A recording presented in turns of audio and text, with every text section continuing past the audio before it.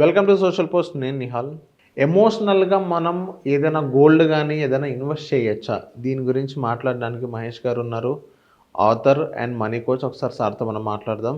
Hello sir, welcome to social post. Hi sir. Yes sir. Sir, ఇప్పుడు gold price అనేది రోజు పెరుగుకుంటూ పోతుంది, అది మనం అందరూ చూస్తున్నాం. కానీ ఇక్కడ గోల్డ్ పెరుగుతుందని చెప్పేసి మనం ఎమోషనల్గా గోల్డ్ అనేది పర్చేస్ చేయడం కరెక్టేనా?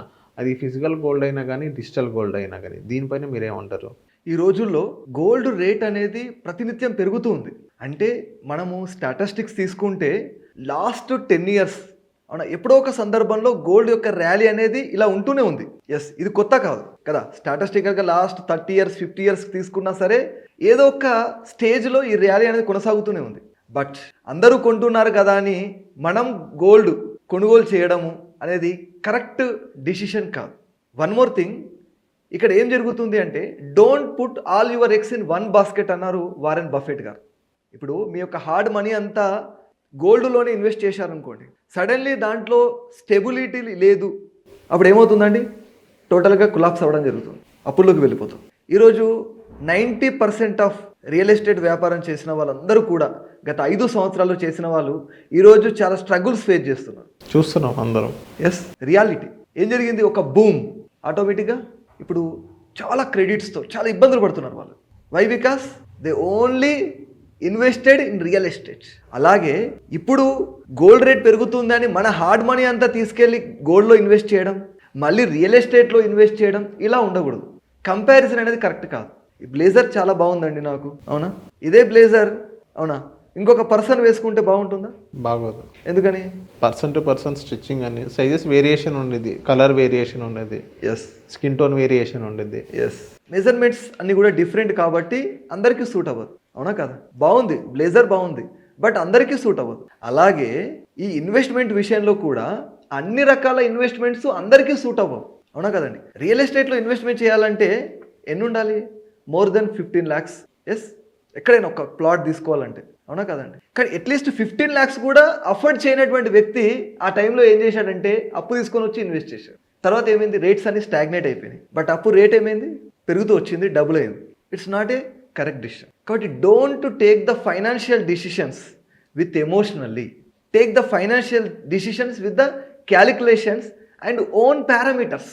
అంటే మన క్యాపబిలిటీ ఏంటి, మనం ఎంతవరకు ఇన్వెస్ట్ చేయగలుగుతాం, మన ఫైనాన్షియల్ గోల్స్ ఏంటి, దానికి అనుగుణంగా మాత్రమే ఇన్వెస్ట్ చేయాలి. కానీ don't take the financial decisions with emotionally. Okay. కాబట్టి ఇప్పుడు నేను చూసిన దాంట్లో sir, don't take financial decisions emotionally అని మీరు డైలాగ్ అన్నారు. ఎస్. సో ఇప్పుడు మనం ఫంక్షన్స్లో కానీ, ఎగ్జాంపుల్ మీకు చెప్తున్నాను, వాళ్ళెవరో ఏదో సంథింగ్, ఎగ్జాంపుల్ మన వైఫ్స్తో కానీ అలా వెళ్ళినప్పుడు, సో వాళ్ళెవరో ఏదో కొన్నారని చెప్పేసి గోల్డ్ ఆర్నమెంట్, దాన్ని చూసి మనం పర్చేస్ చేయడం కానీ, సో వేరే ఇతర ఏదన్నా పర్చేస్ చేయడం కానీ, గోల్డ్ సంబంధించి కానీ, సిల్వర్ చేయడం కానీ, సో ఈ టైప్ ఆఫ్ బిహేవియర్ అనేది కరెక్టే అని అంటారు? ఐ మీన్ అది చూడంగానే కొనాలి అని ఎమోషనల్గా, సో ఈ బిహేవియర్ అనేది, ఎమోషనల్ బిహేవియర్ అనేది కరెక్టే అని అంటారు? కాదు. ఎందుకు కాదు అంటే ఇక్కడ ఎలా జరుగుతుంది? కంపేర్ చేస్తున్నాం. కంపారిజన్ అనేది ఇక్కడ ప్రాబ్లం. నేను ఒక చిన్న స్టోరీ చెప్తాను, జాగ్రత్తగా గమనించండి. ఫర్ ఎగ్జాంపుల్, ఒక ఇద్దరు ఫ్రెండ్స్ సాఫ్ట్వేర్ ఎంప్లాయీస్, వారి జాబ్లో జాయిన్ అయ్యారు. ఇద్దరు కూడా 10 years వర్క్ చేశారు. ఓకే, 10 years తర్వాత ఒక అబ్బాయి దగ్గర, ఒక అతని దగ్గర ఒక మంచి పెద్ద విల్లా ఉంది. ఓకేనా? It's value nearly 3 crores. After 10 years ఇంకొక అతన్ని తీసుకుందాం, అతనికి కేవలం ఒక అపార్ట్మెంట్ ఉంది 3 BHK. ఓకే, బట్ వాళ్ళ ఇంట్లో ఉన్నటువంటి ఫ్యామిలీ మెంబర్స్ ఏమంటున్నారు అంటే, అతనికి విల్లా ఉంది, సేమ్ ఇద్దరు ఒకేసారి జాయిన్ అయ్యారు, అవునా? అతను విల్లా కలిగి ఉన్నాడు, నువ్వు మాత్రం కేవలం ఒక 3 BHK అపార్ట్మెంట్లో ఒక ఫ్లాట్ ఉంది నీకు, నువ్వు డబ్బులు సరిగా మేనేజ్ చేయలేదు, సరిగా సంపాదించట్లేదు, నువ్వు ఏం చేస్తున్నావు అని ప్రశ్నించారు. రీజన్ ఏంటి అంటే, ఒకసారి మనం బ్యాక్ వెళ్తే, ఎవరైతే విల్లా ఉన్నారో వాళ్ళ నాన్న చాలా రిచ్, అతనికి ఇతను ఒక్కడే కొడుకు, డబ్బంతా కూడా ఇతనికి రావడం జరిగింది. ఇతనంతా కూడా కేవలం జాబ్ చేసి సంపాదించలేదు. కానీ సెకండ్ పర్సను వాళ్ళ ఫాదర్కి చాలా క్రెడిట్స్ ఉన్నాయి, చాలా కష్టపడి ఇతను చదివించాడు, ఇతను జాబ్ ఇచ్చాడు, అంతే. ఇతను సేవ్ చేసుకొని ఆ యొక్క ఫ్లాట్ అనేది కొనుక్కోవడం జరిగింది. వాళ్ళ నాన్నకి 4 కొడుకులు, దాంట్లో ఇతను ఒకడు, అంతే. అక్కడ డైల్యూట్ అయింది, అవునా కదా? ఇప్పుడు కంపారిజన్ ఎలా చేయగలుగుతామండి? అంటే ఈయన ఫైనాన్షియల్ పొజిషన్, ఆయన కారు కొన్నాడని ఇతని కారు కొనడం, ఆయన విల్లా తీసుకోవడం అని చెప్పేసి మనం కూడా విల్లా తీసుకోవాలి అని అనుకుంటే అది రైట్ డిసిషన్ అవుతుందా? కంపారిజన్ ఎప్పుడైతే మనం ఫైనాన్షియల్ విషయాలు చేస్తుంటామో అవన్నీ కూడా రాంగ్ కంపారిజన్స్. దానివల్ల ఏం జరుగుతుంది? ఫైనాన్షియల్ ప్రాబ్లమ్స్లోకి వెళ్ళిపోతుంది. ముఖ్యంగా ఇల్లు, అందరూ కూడా సొంత ఇంట్లో ఉండాలి. అన్న వాళ్ళు ఉన్నారు, మనం ఉండాలి. మన చెల్లె వాళ్ళు ఉన్నారు, మనం ఉండాలి. ఫ్రెండ్స్ సొంత ఇల్లు ఉంది, మనం తీసుకుందాం అనేటువంటి ధోరణిలోకి వెళ్ళిపోతున్నారు. నా క్లయింట్స్ ఉన్నారు, 60% ఈఎంఐ పే చేస్తారండి. వాళ్ళ యొక్క నెల శాలరీలో 60% ఈఎంఐ పే చేస్తున్నారు హోమ్ లోన్. ఇల్లు తింటామండి, తినం కదా. మిగిలిన 40%తో ఎలా వాళ్ళ యొక్క లైఫ్ స్టైల్ లీడ్ చేయడం ఫర్ 20 years? కష్టమే కదా. పిల్లల్ని ఎలా చదివిస్తాం? ఎలా రీక్రియేషన్ ఉంటుంది? ఎన్నో రకాల అవసరాలు ఉంటాయి, ఎలా తీర్చుకుంటామండి? కాబట్టి don't take the financial decisions with emotional. కాబట్టి ఒక థంబ్ రూల్ చాలా ఇంపార్టెంట్ అండి ఇల్లు విషయంలో. ఓకే, 30-20-30. 30% of down payment. నువ్వు ఏ ఇల్లు కొనాలనుకున్నా దాని యొక్క కాస్ట్లో 30% డౌన్ పేమెంట్ నువ్వు పే చేయగలిగే క్యాపబిలిటీ ఉంటేనే తీసుకోవాలి. నెక్స్ట్ 20 years లోన్ టెన్యూర్ అనేది బియాండ్ ద 20 years చేయదు.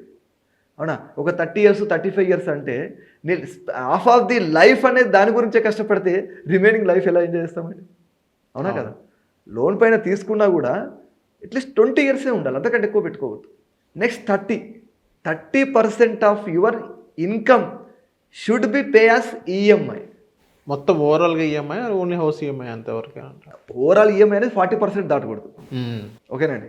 ఓవరాల్ ఈఎంఐ అనేది 80%, 40% కంటే దాటకూడదు. అది నీ పర్సనల్ లోన్ ఈఎంఐ లేదా కార్ లోన్ ఈఎంఐ, ఇవన్నీ కూడా మన మంత్లీ ఇన్కమ్లో 40% దాటకూడదు. హౌస్ లోన్ ఈఎంఐ వచ్చేసి 30% కంటే దాటకూడదు. బిలో ద 30% కూడా అనేది నీకు చాలా ఫైనాన్షియల్ పరంగా మంచి రిజల్ట్స్ ఇస్తుంది. ఎప్పుడైతే ఈ బిగినింగ్ స్టేజ్లో మనం ఇలాంటి రూల్స్ పాటిస్తూ మనం మన యొక్క డబ్బుని మనం జాగ్రత్తగా మన గోల్స్ రీచ్ అయ్యే విధంగా ప్లాన్ చేసుకుంటూ వెళ్తేనే మనకు రిజల్ట్ వస్తుంది. Okay. So thank you sir మా సోషల్ పోస్ట్ వచ్చినందుకు.